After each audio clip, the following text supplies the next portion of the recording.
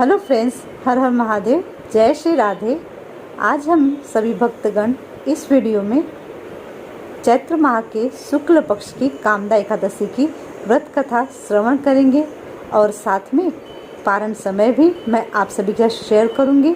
उसके पहले छोटी सी रिक्वेस्ट है कि प्रभु कार्य में मेरी मदद करें और इस वीडियो को ज़्यादा से ज़्यादा भक्तों तक ज़रूर शेयर करें। अपने इंस्टा, एफबी, व्हाट्सएप ग्रुप पे कर भला तो हो भला। भक्तों, इस वर्ष हम सभी कामदा एकादशी का व्रत 12 अप्रैल दिन होगा मंगलवार का, उस दिन करेंगे। एकादशी तिथि 12 अप्रैल को मॉर्निंग में 4:30 AM पे स्टार्ट हो जाएगी और 13 अप्रैल को दिन होगा बुधवार का, उस दिन सुबह 5:02 पे एकादशी तिथि समाप्त हो जाएगी। विच मीन्स कि एकादशी का फास्ट 12 तारीख को करना है। भक्तों, व्रत का पारण हम सभी 13 अप्रैल को दिन होगा बुधवार का, उस दिन दोपहर में 1:54 से लेकर के 4:25 के बीच में करेंगे। यह समय में पारण करना है क्योंकि 13 अप्रैल को हरिवासा है। उसके पूर्व हम सभी उसके पूर्व व्रत का पारण नहीं कर सकते हैं, इस बात को याद रखिए। चलिए अब कथा श्रवण करते हैं। कामदा एकादशी महात्म्य। धर्मराज युधिष्ठिर बोले, हे भगवान, आपको कोटि कोटि बार बार प्रणाम है। सभी प्रेम से प्रभु के श्री चरणों में बारंबार प्रणाम करेंगे। जय हो प्रभु, आपकी जय हो, जय हो। आपसे निवेदन करता हूँ, आप कृपा कर चैत्र माह के शुक्ल पक्ष की एकादशी की कथा का वर्णन कीजिए।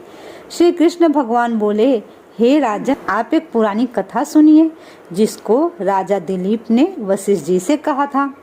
राजा दिलीप ने पूछा कि गुरुदेव, चैत्र माह के शुक्ल पक्ष की एकादशी का क्या नाम है? इसमें किस देवता की पूजा होती है तथा इसकी विधि क्या है, सो कहिए। महर्षि वशिष्ठ जी बोले, हे राजन, चैत्र माह के शुक्ल पक्ष की एकादशी का नाम कामदा है। यह पापों को नष्ट कर देती है और पुत्र की प्राप्ति होती है। इसके व्रत करने से कुयोनि छूट जाती है और अंत में स्वर्ग की प्राप्ति होती है। अब मैं इसका महात्म्य कहता हूँ, ध्यान पूर्वक सुनो। प्राचीन काल में एक भोगपुरी नामक नगर में एक पुंडरीकाक्ष नामक एक राजा राज्य करता था। वहाँ अनेकों अप्सराएं, गंधर्व, किन्नर आदि वास करते थे। उसी जगह ललिता और ललित नाम के 2 स्त्री पुरुष अत्यंत वैभवशाली घर में निवास करते हुए विहार किया करते थे। एक समय राजा पुंडरीक्ष गंधर्वों सहित एक सभा में क्रीड़ा कर रहे थे। उस जगह ललित गंधर्व भी उनके साथ गाना गा रहा था और उसकी प्रियतमा ललिता उस जगह नहीं थी। इससे वह उसको याद करने के कारण अशुद्ध गाना गाने लगा। नामराज कारकोट ने राजा पुंडरीक से उसकी चुगली कर दी। इस पर राजा पुंडरीक ने ललित को शाप दे दिया कि अरे दुष्ट, तू मेरे सामने गाता हुआ भी अपनी स्त्री का स्मरण कर रहा है। इससे तू कच्चे मांस और मनुष्यों को खाने वाला राक्षस होगा। राजा पुंडरीक्ष के श्राप से वह ललित गंधर्व उसी समय विकराल राक्षस हो गया। उसका 8 योजन का शरीर हो गया। राक्षस हो जाने पर उसको महान दुख मिलने लगे और अपने कर्म का फल भोगने लगा। जब ललिता को अपने प्रियतम ललित का ऐसा हाल मालूम हुआ तो बहुत दुखी हुई। वह सदैव अपने पति के उद्धार के लिए सोचने लगी कि मैं कहाँ जाऊं और क्या करूं। एक दिन वह घूमते घूमते विंध्याचल पर्वत पर चली गई। उसने उस जगह श्रृंगी ऋषि का आश्रम देखा। वह शीघ्र ही उस आश्रम के पास गई और ऋषि के सम्मुख जाकर विनय करने लगी। उसे देखकर श्रृंगी ऋषि बोले, हे सुभगे, तुम कौन हो और यहाँ किस लिए आई हो?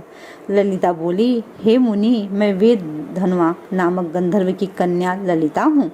मेरे पति राजा पुंडरीक के शाप से एक भयानक राक्षस हो गए हैं।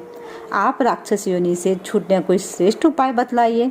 तब श्रृंगी ऋषि बोले, अरे गंधर्व कन्या ललिता, अब चैत्र माह के शुक्ल पक्ष की एकादशी आने वाली है। उस एकादशी का नाम कामदा एकादशी है। उसके व्रत करने से मनुष्य के समस्त कार्य सिद्ध हो जाते हैं। यदि तू उसके व्रत के पुण्य को अपने पति को देती है तो शीघ्र ही राक्षस योनि से छूट जाएगा। मुनि के वचनों को सुनकर ललिता ने आनंद पूर्वक उसका व्रत किया और द्वादशी के दिन ब्राह्मणों के सामने अपने व्रत का फल अपने पति को देने लगी और भगवान से इस तरह प्रार्थना करने लगी कि हे प्रभु, मैंने जो व्रत किया है वह राक्षस योनि से शीघ्र ही छूट जाए।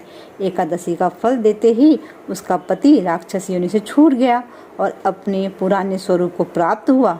वह पहले की भांति ललिता के साथ विहार करने लगा।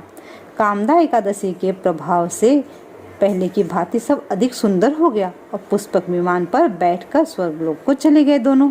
हे राजन, इस व्रत को विधि पूर्वक करने से सब पाप नष्ट हो जाते हैं।